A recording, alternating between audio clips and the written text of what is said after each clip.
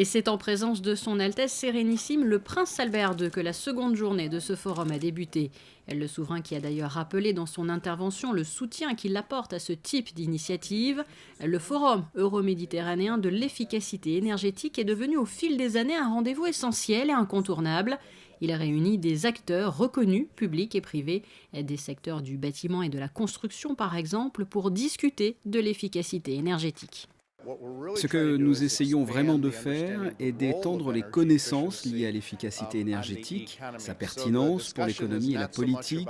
Les discussions n'ont donc pas seulement porté sur les économies d'énergie, mais aussi sur les créations d'emplois, sur le développement économique. Nous avons aussi parlé des différents bénéfices apportés par l'efficacité énergétique, du confort dans les habitats et de l'importance d'éduquer nos jeunes sur ce sujet.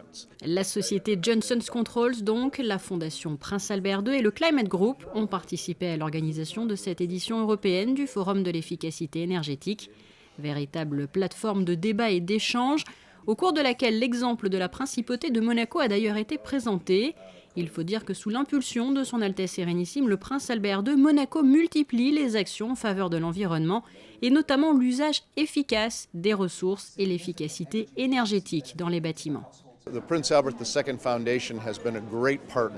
La Fondation Prince Albert II a toujours été un partenaire très important de ce forum et le fait de vouloir une croissance neutre en carbone d'ici 2050, de réaliser d'immenses progrès en quelques années à peine sur le plan énergétique dans les immeubles par exemple, de promouvoir l'efficacité énergétique dans le monde sont des facteurs qui font de Monaco un exemple à suivre pour les autres pays.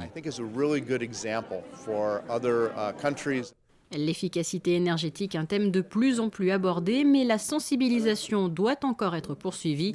L'importance de la mobilisation citoyenne a d'ailleurs été évoquée.